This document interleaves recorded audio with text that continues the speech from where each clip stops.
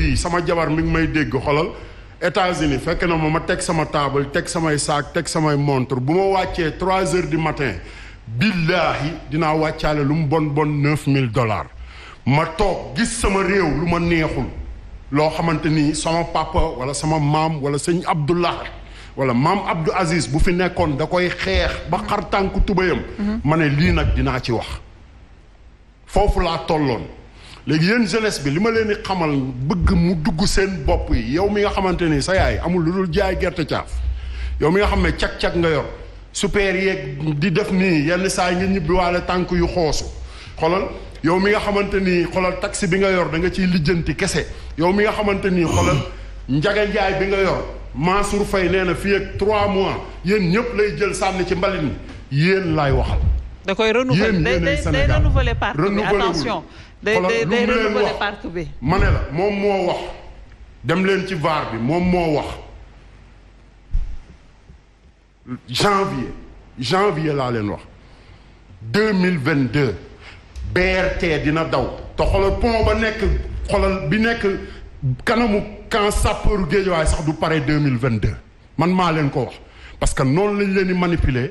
après ñu indil leen ay yeneen yi indil leen fi lu mel ne li fi xewoon fan yee passé ay ku dàq ak kàcc kunkande ñu manipuler opinion bi yëpp comprendre nga li ma la Sénégalais yëpp concentré wu ci loolu ngeen war a génne seen bopp yi. à cause des télévisions may ma ngeen concentré wu ci xam nga lii xam nga la moo tax ñuy dal ci kaw seen TV parce que information bu doy bu mat sëkk heure bi fi mu jotee ak fi muy amee fa lañ koy wonee loolu moo am mois de mars. loolu la ñuy fayu.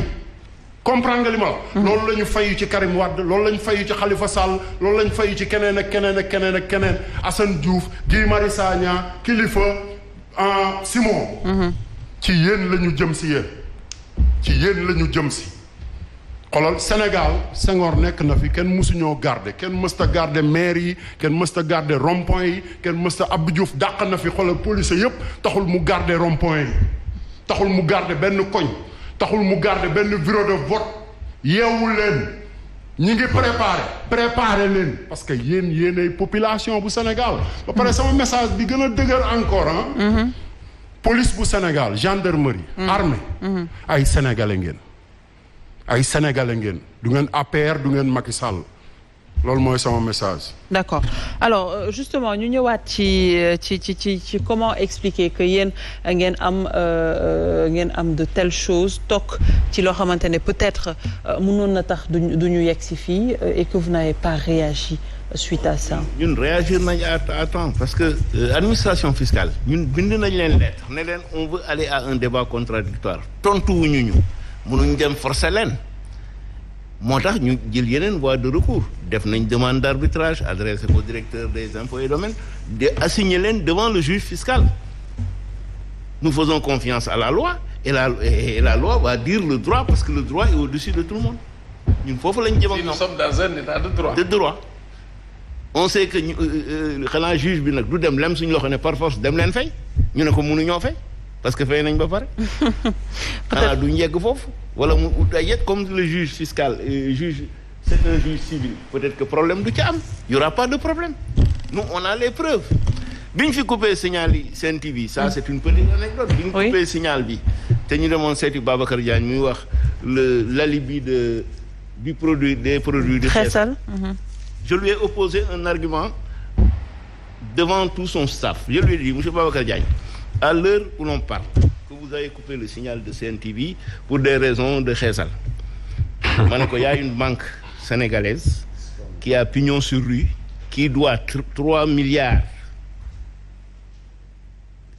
à une de nos sociétés qui nous a fait fermer boutique on a mis la clé sous le paillasson le directeur benn sanction lañ ko def dañ ko fa jëlee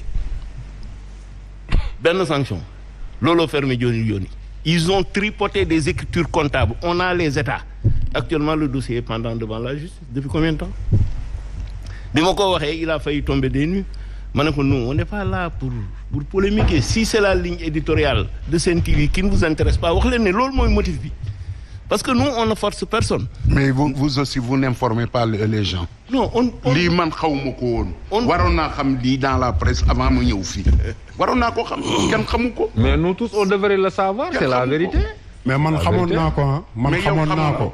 parce que li tax ma xam ko. gis nga opinion bi ànduñu ak yéen. tonton Goumba la. waaw quand vous parlez may ma une minute. quand vous parlez il faut que vous vous adressez aux Sénégalais. Sénégalais yi fii mu ne dans leur immense majorité dañ ne Bougane moo amee lii na fay. on doit génne leen ko mais génne leen ko. waaw on aura les preuves maintenant.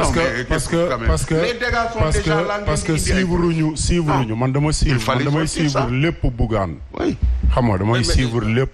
ci communication mais Assane xam nga fu ñu ko amul benn presse non doguma la mais xoolal dafa am ay interview yoo xamante ni ak ay émission yoo xamante ni moom laay wax léegi xale yi sénégalais yi ne ñu wàññi yenn yi ñuy seetaan mais Bougane fu mu toog depuis presque décembre 2020 fu mu toog ay émission wu kii bi ngay wax non boobu c'est très bien mais Assane c'est-à-dire boobu on n'avait pas encore soulevé le problème c'est-à-dire waa redressement fiscal bi ñëwagul woon. mais redressement fiscal bi mu amee coow li am ci. alors que même l'agent qui est chargé même de ce redressement fiscal am na benn communiqué bu mu def. pour dëggal moom lan moo tax ñoom ñuy def loolu. il fallait nécessairement qu'au niveau de D-Média en tout cas ngeen réagir. mais c'est le faux même Bougane ce qu'il devait faire parce que moom c'est la cible principale mais il a tous ses papiers. da ngay scanner papier yëpp tu convoques une conférence de presse teg sa tableau bu mel nii di wax presse bi yëpp en même temps ngay génne nit ñi di am ay preuves palpables. mais est-ce que boobu jàppuñu woon ne que comme ils sont en règle peut-être y a pas raison de s'alarmer parce que on n'allait pas en arriver là. ci gën a graaw. un jour j'ai suivi même ici une émission ici à D-Média benn matinée je crois c'est l'émission du matin bi ñuy def. mais même quand on a posé le problème. tu te rends compte que même ñi doon intervenir ci affaire bi xamuñu ne lii am na. parce que ñi doon intervenir da ngay dégg sax kenn dem bu fekkente ne. parce que y a même Siré qui est intervenu en disant que des médias ñoom bu fekkente ne dañuy yoreel xaalis. nañ dem nguur gi nañ dem fay ko. négocier moratoire. waaw. ensuite j'ai entendu un autre aussi dire que bon et cetera mais ni bien nga xam ne il ne maîtrise pas la question. peut-être que aussi journalistes ils ont pêché ils devaient aller au niveau aussi.